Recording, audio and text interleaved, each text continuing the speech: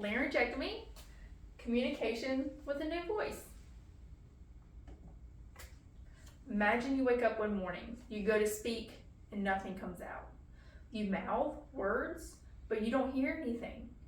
This is the reality that individuals face who go through a laryngectomy.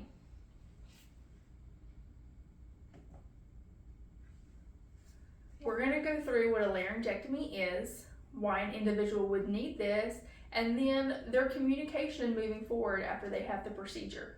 What's their quality of life? I personally have experience with laryngectomies.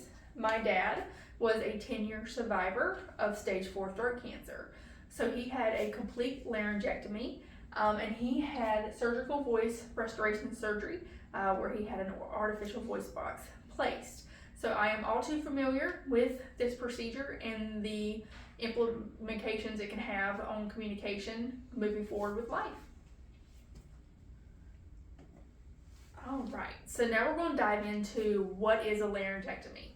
A laryngectomy is surgical removal of the voice box or vocal cords. It can either be a total laryngectomy or a partial laryngectomy. So why would an individual need their vocal cord removed? The primary reason for an individual to have laryngectomy is because of cancer. They have cancer of the larynx, so they have to surgically go in to remove the cancer. According to Caitlin Wright and Rosalind Carson DeWitt, when they wrote their article, Laryngectomy, they also stated that it's not uncommon for individuals who have trauma to their larynx, either through an automobile accident and sometimes a gunshot wound. They'll also have to have this procedure performed. All right, so they have the procedure, vocal cords are gone. They can no longer speak. So how do they communicate? Immediately post-op, number one way they communicate is with a whiteboard.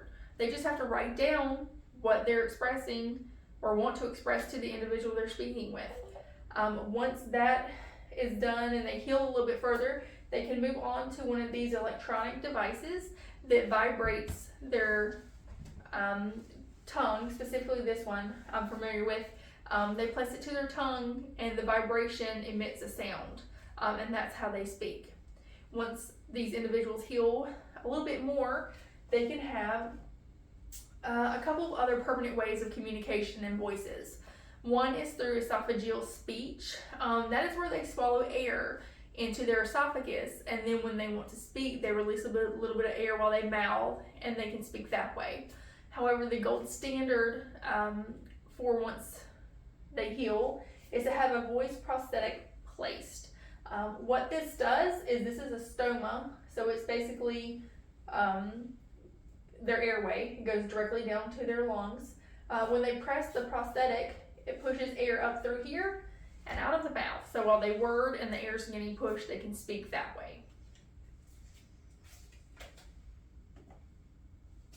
All right, so they had surgery, they lost their voice, but then they learned how to find their new voice. But their new voice is different. So how does this implement communication challenges? Evans, Carding, and Drennan wrote in their study, The Voice Handicap Index with Post-Laryngectomy Male Voices. They surveyed men who had this procedure done, and they did 226 individuals. And there was a high conclusion that their quality of voice increased, like it was good to have this prosthetic placed. However, their quality of life did not increase. So why would that be? According to Gabriella Sharp, she did a research article called Communication Changes with the Laryngectomy and Impact of Quality of Life. She came up with 4 things that individuals struggle with communication after they have this procedure. The first thing is they can't be themselves. It's hard when other people can't understand you sometimes, and it's hard for your personality to shine through because you feel like you're different. My dad on numerous occasions said he felt like a freak because people look at you differently when you have a very different voice, a very monotone voice. With that being said, it's hard for these individuals to show humor. With humor, you have to pretty much be on point. Drop that funny line in at the right moment. And when you have to communicate this way, it's hard to do that. It's also very difficult to communicate with people who aren't around you on a normal basis. It's hard for those individuals to understand your voice and what you're saying.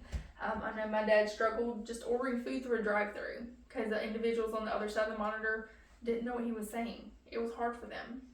And because these individuals have kind of a set tone, they can't lower or raise their voice, it's hard for these individuals to have a conversation in a noisy environment.